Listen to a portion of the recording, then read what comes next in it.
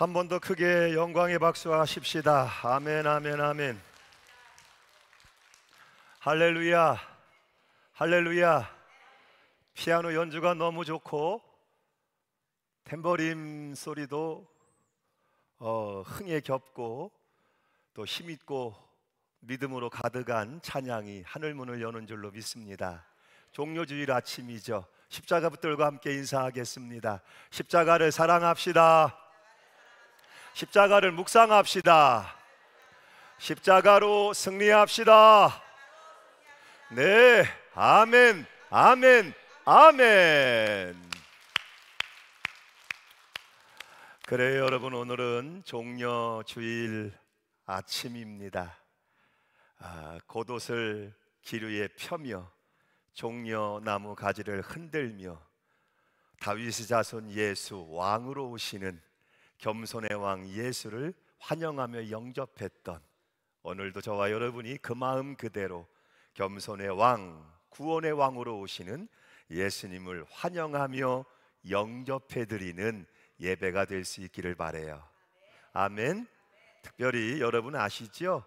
오늘은 예수님을 왕으로 영접해드렸지만, 그러나 예수님이 우리를 구원하시기 위한 십자가의 길, 고난이 시작되고 그 고난 너머에 부활의 아침, 능력과 권세와 영광의 아침으로 주님이 나아가시는데, 너희가 한시도 나와 함께 있어 깨어 기도할 수 없더냐 하시고 베드로와 제자들에게 주님께서 나무라며 말씀하셨는데, 이번에 고난 주간에는 저와 여러분이 주님과 함께 깨어 있어 기도하는 자리를 지키며 예수님과 동행하는 신앙 삶을 꼭 지켜나가실 수 있기를 간절히 축복합니다.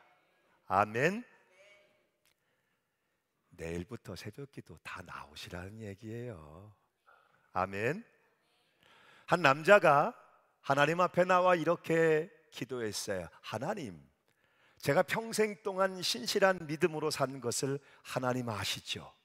그러니 이번엔 제 소원의 기도를 한 번만 들어주세요.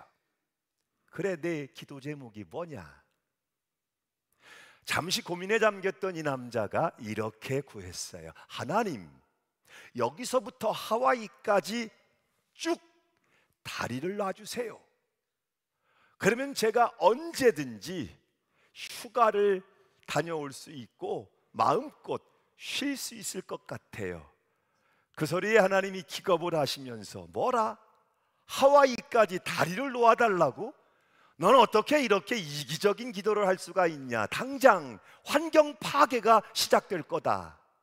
그러지 말고 다른 기도 제목을 말해보거라. 다시 고민에 잠겼던 이 남자가 아주 신중한 어조로 이렇게 구했어요. 그러면 하나님, 제가 여자를 이해할 수 있는 능력을 주세요. 왜 여자가 갑자기 화를 내는지, 왜 갑자기 우는지, 왜 갑자기 토라지는지 도대체 알 수가 없어요. 그러니 여자의 심리를 정확하게 이해할 수 있게 해주세요. 그랬더니 이번엔 하나님이 한참을 침묵하시더니 이렇게 대답해 주셨다지요. 그냥 하와이까지 다리를 놔줄게 라고 대답을 하셨대요. 여러분, 기도가 쉽지 않죠? 일생을 목회하며 기도하는 사람인 저도, 또 깨어있어 늘 기도의 습관을 쫓아 기도하시는 종들도 기도가 쉽다고 고백할 수는 없을 것 같아요. 물론 여러분이 기도하시면 하나님은 응답해 주십니다. 여러분은 종이 아니요 일꾼이 아니요 하나님의 자녀들로 부르심을 받았기 때문에 자녀들이 아버지의 이름을 부르며 기도하면 아버지는 반드시 응답해 주십니다. 이것이 자녀된 그리스도인들의 권세고 특권이죠. 우리는 오늘도 기도 응답의 약속을 믿습니다. 그런데 여기에 단서가 달린다는 사실이죠. 한 가지 단서, 그 기도는 하나님의 뜻대로 구하는 기도여야 한다 하는 단서예요. 그러니까 하나님의 뜻을 알아야 되겠죠? 하나님의 뜻을 알았다면 그 다음은 당연히 순종이 따라와야 하겠죠. 기도가 힘들 수밖에 없는 이유지요. 그래서 기도란 하나님의 뜻을 알 수 있는 최고의 방법이고, 뜻을 알았다면 그 뜻에 순종하기 위한 영적인 씨름일 수밖에 없다 하는 거예요.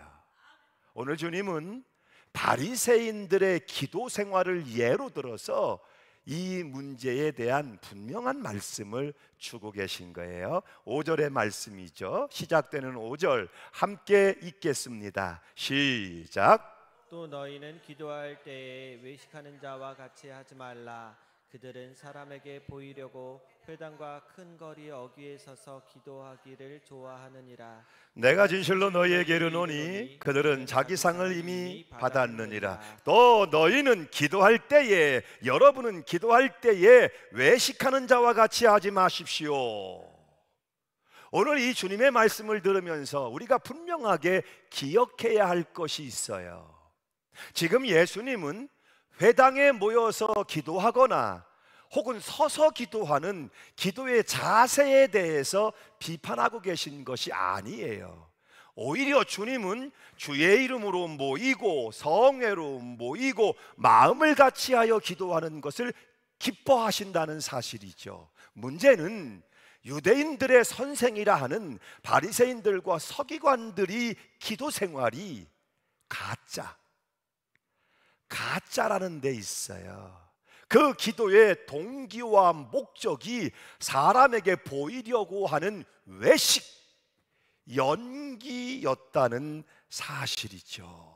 하루에 3번, 오전에 9시, 정오 12시, 그리고 오후 3시 그들은 틀림없이 기도합니다.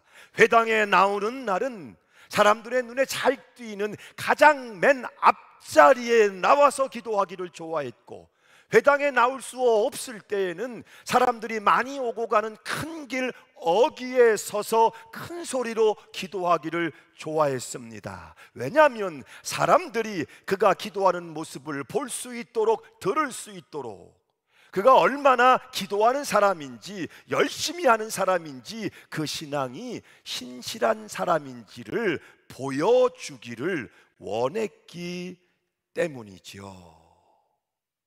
자기 자신이 사람들에게 인정받고 싶고 칭찬받고 싶은 동기에서 시작된 기도였다는 거예요.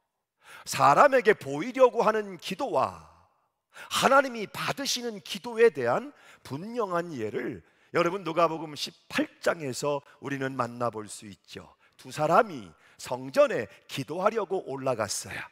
한 사람은 유대인의 선생이요 존경받는 경건한 사람 바리새인이었고, 한 사람은 사람 취급당하지 않는 경멸의 대상이었던 세리였습니다. 공교롭게도 바리새인과 세리가 성전에 기도하려고 올라갔을 때 먼저 바리새인이 서서 따로 기도하지요. 다른 사람과 자신을 비교하면서 하나님, 저로 다른 사람과 같지 않게 하심을 감사합니다. 남의 것을 빼앗거나 불의하거나 간음하는 사람과 같지 않고 저 세리와 같지 않은 것을 감사합니다. 다른 사람과 나를 비교하면서 상대적으로 내가 얼마나 깨끗한지, 의로운지, 훌륭한 신앙인인지를 큰 소리로 강조하며 기도했다는 것이죠. 그런데 그 기도를 하나님은 받지 않으셨어요.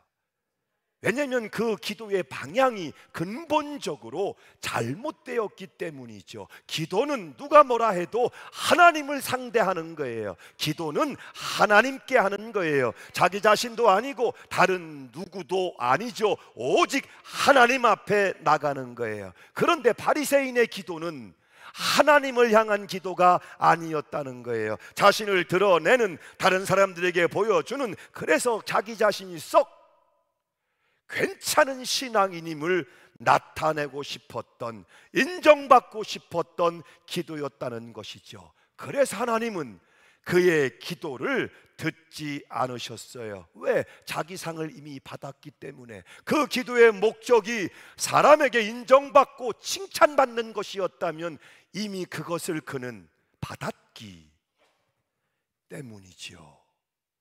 그런데 그에 반하여 세리는 어떻게 했어요? 그 당시에 가장 악하고 불의한 사람의 대명사인 세리가 기도하기 위해 성전에 들어왔다는 사실이 놀랍습니다.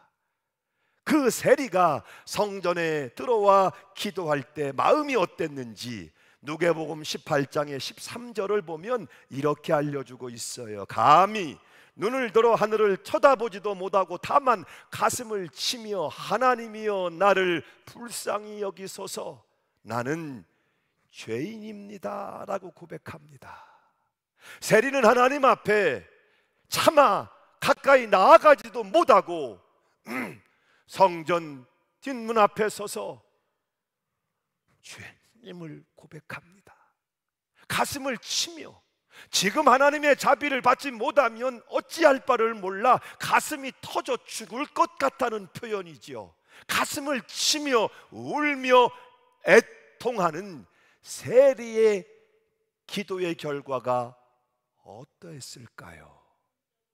세리가 하나님 앞에서 의롭다 하심을 받고 돌아갔느니라. 하나님이 그 세리의 기도를 받아 주셨다는 거예요. 여러분, 우리는 다양한 방법으로 기도할 수 있고 오늘도 저마다의 형식, 다른 형식으로 기도할 수 있어요. 개인적으로 묵상하며 기도하기를 좋아할 수도 있고 함께 모여서 마음을 같이 하여 합심해서 기도할 수도 있어요. 어떤 이는 조용하게 읊조리며 기도할 수도 있고 어떤 이는 뜨겁게 부르짖어 큰 소리로 기도할 수도 있고 더러 어떤 분들은 하나님이 주신 성령의 은사 방언을 사용해서 뜨겁게 기도할 수도 있겠죠. 우리가 어떤 방법으로 혹은 어떤 형식으로 기도하든지 중요한 것은 기도의 방향에 있다는 거예요. 그 기도의 동기, 그 기도의 내용이 중요하다는 사실이죠. 하나님께서는 우리의 입에서 건성으로 흘러나오는 기도와 가슴 깊은 곳에서부터 울려나오는 간절한 기도를 구별하여 들으십니다. 아이들을 넷이나 키운 나와 내 부인은 이제 아이들의 울음소리를 식별하는 데 제법 전문가가 되었습니다. 한밤중에 들려오는 아이들의 울음소리에는 두 가지 종류가 있다는 사실도 알게 되었습니다. 그래서 우리는 이 두 가지를 가짜 울음과 진짜 울음으로 구별하여 부릅니다. 가짜 울음은 어린아이들이 잠자다가 뒤척거리면서 칭얼칭얼하며 울어대는 소리입니다. 이러한 울음소리는 별로 크지도 않고 간절하지도 않습니다. 그러므로 이러한 울음소리를 듣게 될 때 부모들은 즉시 찾아가지 않습니다. 왜냐하면 잠시 칭얼거리다가 곧 잠들 것이라는 사실을 알고 있기 때문입니다. 그러나 진짜 울음은 아주 다릅니다. 이 울음소리는 아주 크고 진지하며 간절합니다. 그러므로 어린아이가 이렇게 울기 시작하면 차라리 우리 둘 가운데 한 사람이 먼저 일어나 아이 있는 곳으로 찾아가는 것이 좋습니다. 왜냐하면 이런 경우 어린아이는 자기가 바라는 것이 만족하게 이루어질 때까지 계속하여 큰 소리로 울어대기 때문입니다. 부모들도 어린아이들의 진짜 울음소리를 식별할 줄 아는데 하물며 하나님께서야 우리의 기도소리를 얼마나 잘 구별하시겠습니까? 어린아이와 같이 간절한 심령으로 기도할 때 하나님께서는 틀림없이 응답하십니다. 사실 하나님께서는 우리가 의심을 품을지라도 그것이 간절하고 진실된 마음에서 나온 것이라면 언제나 환영합니다. 그러나 건성으로 드리는 기도와 습관적인 신앙생활은 하나님을 의심하는 것보다 더 나쁘게 여기십니다. 7절이죠. 또 기도할 때에 이방인과 같이 중언 부언하지 말라. 그들은 말을 많이 하여야 들으실 줄 생각하느니라. 기도는 하나님께 하는 것, 기도는 하나님을 향하는 것, 하나님의 선하신 뜻과 은혜를 구하는 것이지요. 그리고 그 뜻에 내 삶을 맞추어 순종해 나가기 위한 영적인 작업이지요. 기도는 자기의 신념이나 철학이 아니에요. 자기의 생각이나 주장도 아니에요. 자기의 고집이나 아집이나 자랑이나 위선은 더더욱 아니에요. 오늘 말씀 때문에 오늘 이 공동 예배의 회중 기도를 맡은 분의 기도가 참으로 아름다운 기도, 하나님이 받으시는 감사인 기도인 것을 느낍니다. 공동 예배의 회중 기도는 3분이면 족합니다. 하나님의 영광을 구하고 하나님의 사랑과 은혜를 감사하며 예배 가운데에 하나님의 은혜를 구하면 족한 것입니다. 공동 예배의 기도는 연설이 아닙니다. 설교도 아닙니다. 목양 목회 기도도 아닙니다. 그것은 제가 하지요. 어떤 경우 당신 안에 있는 주장, 당신 안에 있는 답답함, 그것을 좀 알려주고 싶으신 모양인데 아니요. 예배를 앞서 나가는 회중 기도는 그렇죠. 3분이면 족합니다. 하나님의 영광을 구하고 하나님께 감사하며 이 예배 가운데 주인 되신 하나님의 은혜가 임하기를 간구하면 족한 거예요. 어떤 분들은 잘하시는 기도 가운데 담임 목사를 위해서, 담임 목사의 가정을 위해서, 담임 목사의 식구들의 이름까지 불러가며 기도해 주시는데 그 마음이 선한 마음인 것을 알지만, 그러나 그것은 따로 중보하며 기도해 주실 때 하면 더 좋은 것이고요. 그렇죠? 공중 예배의 기도는 연설이 아니에요. 자기 주장이 아니에요. 설교가 아니에요. 여러분에게 드리고 싶은 말을 마음껏 쏟아놓는 것도 아니에요. 오직 한 분 하나님께 드리는 거예요. 그러므로 유창한 말과 언변을 사용하여 기도할 필요도 없고, 저 불교의 불자들처럼 하염없이 묵주화를 돌려가며 연부를 외워댈 필요도 없고, 회중을 감동시키기 위해 미사 여구를 동원할 필요도 없고, 기도는 어떤 비즈니스도 로비도 아니다. 그렇죠? 기도는 사람을 상대로 하는 어떤 비즈니스나 로비가 아니라 오직 하나님을 향한, 하나님께 나아가는 믿음입니다. 6절의 말씀을 함께 읽죠. 시작. 너는 기도할 때에 내 골방에 들어가 문을 닫고 은밀한 중에 계신 내 아버지께 기도하라. 은밀한 중에 보시는 내 아버지께서 갚으시리라. 기도의 정답이죠. 기도는 누구에게 드리는 것이다? 하나님께 드리는 것이다. 하나님 앞에 직선적으로 직격해서 나아가는 것이다. 다른 누가 아닌 바로 내가 아버지 하나님을 만나는, 아버지 하나님을 직격해 그분의 존전 앞에 서는 것. 그래서 내 모습 이대로 내게 있는 어떤 가면이나 가식이나 위선이나 허울들을 다 벗어놓고 하나님 앞에 온전히 서기 위하여 내 모습 이대로. 그래서 기도의 가장 중요한 것, 꼭 있어야 하는 것은 진정성, 다른 것이 아니에요. 하나님 앞에 거짓됨이 없는 진실함, 진정성을 가지고 나가는 거예요. 왜? 하나님은 이미 우리를 보셨고 우리를 아신다는 사실을 기억해야만 한다는 것이죠. 그래서 골방이에요. 내 골방으로 들어가 문을 닫고 기도하라. 단절이죠. 오늘도 여러분은 집을 떠나, 세상을 떠나, 사람들을 떠나 스스로를 단절시키는 거예요. 하나님 앞에 더 온전하게 나가기 위해, 서기 위해 세상의 소리들도 좀 끊어내고 세상의 연결고리들도 좀 차단해내고, 심지어는 내 안에 있는 연민, 고민, 분노, 욕심 가득한 마음들도 내려놓고 은밀한 중에 보시는 내 아버지께서 갚으시리라. 그럴 때 우리는 하나님을 직격하는, 우리의 기도는 주님의 보좌를 움직이는 기도의 성공자가 되고, 여러분은 하나님이 나의 아버지가 되시며 기도 응답의 확신 가운데 하나님이 이루신다는 것을 경험할 수 있게 될 거예요. 사랑하는 여러분, 오늘 주님께서 말씀하시는 이 기도의 골방이 찬양대 여러분에게도 있기를 바랍니다.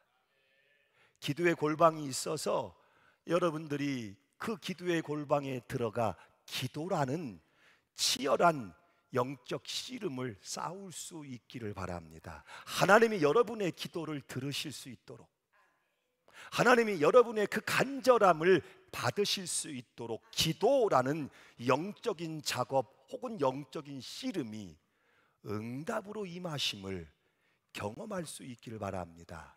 어떤 분들은 이렇게 말할 수도 있어요. 나는 부유하여 부족함이 없는 사람인데요. 복된 일이지요. 오늘 나는 부유하며 평안하며 부족함이 없습니다. 열왕기하 20장을 보면 딱 그런 사람이 나오지요. 히스기야 왕입니다. 이 히스기야 왕은 당대의 최고의 왕이었습니다. 그는 정말 부유하여 부족함이 없던 사람이었죠. 그러나 어느 날 갑자기 하나님의 선지자가 그에게 왔고, 내 집을 정리하라, 내가 죽고 다시 살지 못하리라 사형 선고가 내려졌을 때 그가 할 수 있는 일은 아무것도 없었습니다. 결국 그는 하나님의 성전에 올라갔고 면벽, 오로지 하나님을 기대하며 벽에 얼굴을 묻고 부르짖어 통곡하며 기도했습니다. 하나님, 나를 기억하여 주옵소서. 하나님, 나를 불쌍히 여겨 주옵소서. 하나님, 나를 살려주세요. 이 히스기야 기도의 결론에 대해서 성경은 이렇게 간증해 주고 있지요. 20장의 5절을 보면 내가 내 기도를 들었다, 내가 내 눈물을 보았다, 내가 너를 낫게 하겠다, 내가 15년은 더 살 것이라. 눈물 어린 간절한 기도가 하늘의 보고를 열었던 거예요. 어떤 분들은 반대로 이렇게 말할 수도 있겠죠. 나는 너무 가난하고 나는 너무 궁핍해서 할 수 있는 것이 아무것도 없어요. 꼭 오늘같이 좋은 날이었습니다. 마가다락방의 오순절날이 이름에 처음에 예수를 믿었던 기독교인들이 그 기도의 골방에 모였습니다. 그들의 면면을 보면 그들은 가난한 사람들이었고 궁핍한 사람들이었고, 죄송한 표현이지만 말 그대로 무식한 사람들이었고, 어부, 세리, 창기, 죄인, 병자, 여자, 아이들이었습니다. 아무리 살펴보아도 그들은 정말 가진 것이 없는 지극히 작은 자들이었지만 그들에게는 기도의 골방이 있었고, 그 기도의 골방에서 부르짖는 영적 씨름이 있었어요. 그들이 더불어 마음을 같이하여 오로지 기도하기에 힘쓰더라. 그들에겐 기도의 골방이 있었고, 그 골방에서 치러지는 영적인 씨름이 있었고, 하나님의 능력의 보고는 그들을 향해 열렸고, 성령의 충만함이 그들에게 기름 부어졌으며 세상이 감당할 수 없는 은혜와 능력이 그들의 삶의 중심에 부어졌습니다. 어떤 이는 나는 부유하여 부족함이 없습니다 라고 말할지라도, 어떤 이는 나는 가난하고 궁핍하여 아무것도 할 수 없습니다 라고 말할지라도, 우리에겐 기도의 골방이 필요하며 그 골방에서 기도라는 치열한 영적 작업 혹은 영적 씨름이 있을 때 그 진실 어린 간절한 기도는 하늘의 문을 열며 아버지 하나님의 보고를 내 삶에 열려지게 한다는 사실이에요. 백의의 천사로 불리는 나이팅게일, 그가 1차 세계대전 때 후방병원에서 부상병들을 돌보며 치료하고 있었어요. 그런데 치명적인 부상을 당한 병사가 후송돼 옵니다. 단번에 보기에 최선을 다해도 저거 얼마 살지 못할 것이 분명해 보였어요. 마음이 급한 나이팅게일이 속히 목사님을 모셔오겠다고 말합니다. 그러나 이 병사는 단호하게 거절합니다. 나는 종교가 없습니다. 부질없는 짓입니다. 그러자 나이팅게일이 다시 그에게 말합니다. 그렇다면 당신이 하나님을 모셔드릴 수 있도록 제가 끝까지 곁에서 기도해 드리겠습니다. 그랬더니 이 부상병사가 짜증 섞인 목소리로 이렇게 말합니다. 쓸데없는 일입니다. 내 마음은 절대로 바뀌지 않습니다. 당신만 실증날 뿐입니다. 그러자 짜증을 내는 그를 향하여 나이팅게일이 미소를 띄어 보이며 이렇게 말합니다. 천만에요. 나는 지금까지 단 한 번도 얼굴을 본 적이 없는 누군가를 위해 16년 동안이나 기도하고 있는 걸요. 병사는 적잖이 놀랐습니다. 얼굴도 본 적이 없는 누구를 위해 16년이나 기도하고 있다니. 이야기를 들어본 즉 나이팅게일의 어머니가 나가 일하는 저택이 있는데 그 저택에 아들을 두고 나이팅게일 어머니가 그녀에게 그 아들이 신앙을 가질 수 있도록 기도해 주기를 부탁했던 거예요. 얼굴 한 번도 본 적이 없는 그를 위해 지금까지도 기도하고 있다는 그 말에 관심이 생긴 병사가 그녀에게 다시 물었습니다. 그렇다면 그 아들은 지금 어디서 뭘 하고 있습니까? 최근에 들려온 소식에 의하면 얼마 전 그는 군에 입대했다고 들었습니다. 그때 이 병사가 깜짝 놀랍니다. 그리고 이렇게 묻습니다. 혹시 당신의 어머니의 이름이 아베타입니까? 라고 묻습니다. 16년 동안 나이팅게일이 어머니의 부탁을 받고 기도해주고 있었던 아들, 그가 바로 찰스였습니다. 인생의 마지막 순간에 누군가 나를 위해 기도하고 있다는 사실에 마음이 움직여진 그가 속히 서둘러 목사님을 초청했고 예수님을 구주로 영접했고 세례를 받았으며 얼마 뒤에 가장 편안한 모습으로 하나님 품에 안겼습니다. 여러분,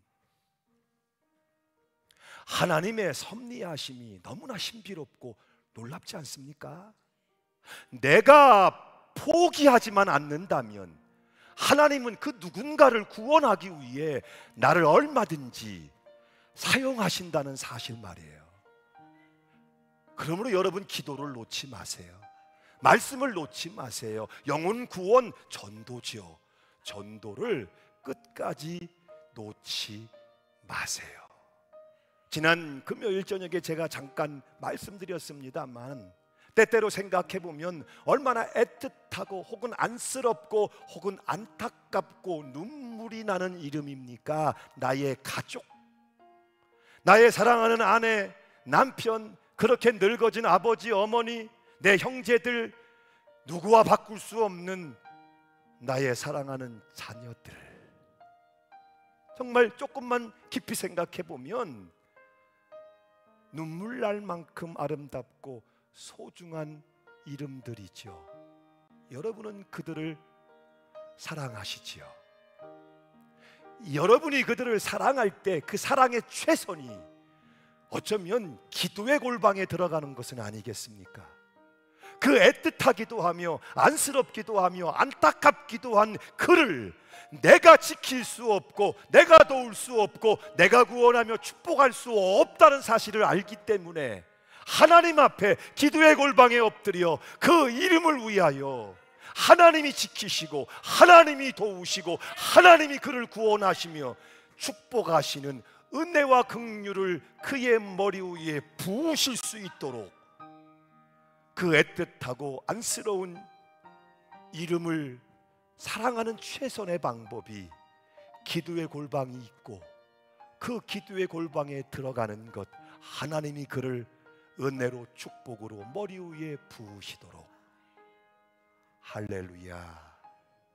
사랑하는 여러분, 하나님은 살아계십니다. 은밀한 중에 내 아버지께서 갚으시리라. 하나님이 보시고 들으시고 갚으십니다. 살아계신 하나님, 신실하신 하나님, 그분은 이미 여러분의 기도를 들으셨고 여러분의 눈물을 보셨고 저 히스기야에게 초대의 교인들에게 하셨던 것처럼 반드시 여러분의 그 기도에 응답하십니다. 하나님은 나의 아버지. 우리는 기도 응답의 약속을 믿습니다. 아멘. 일어나셔서 우리 함께 결단하며 찬양합시다.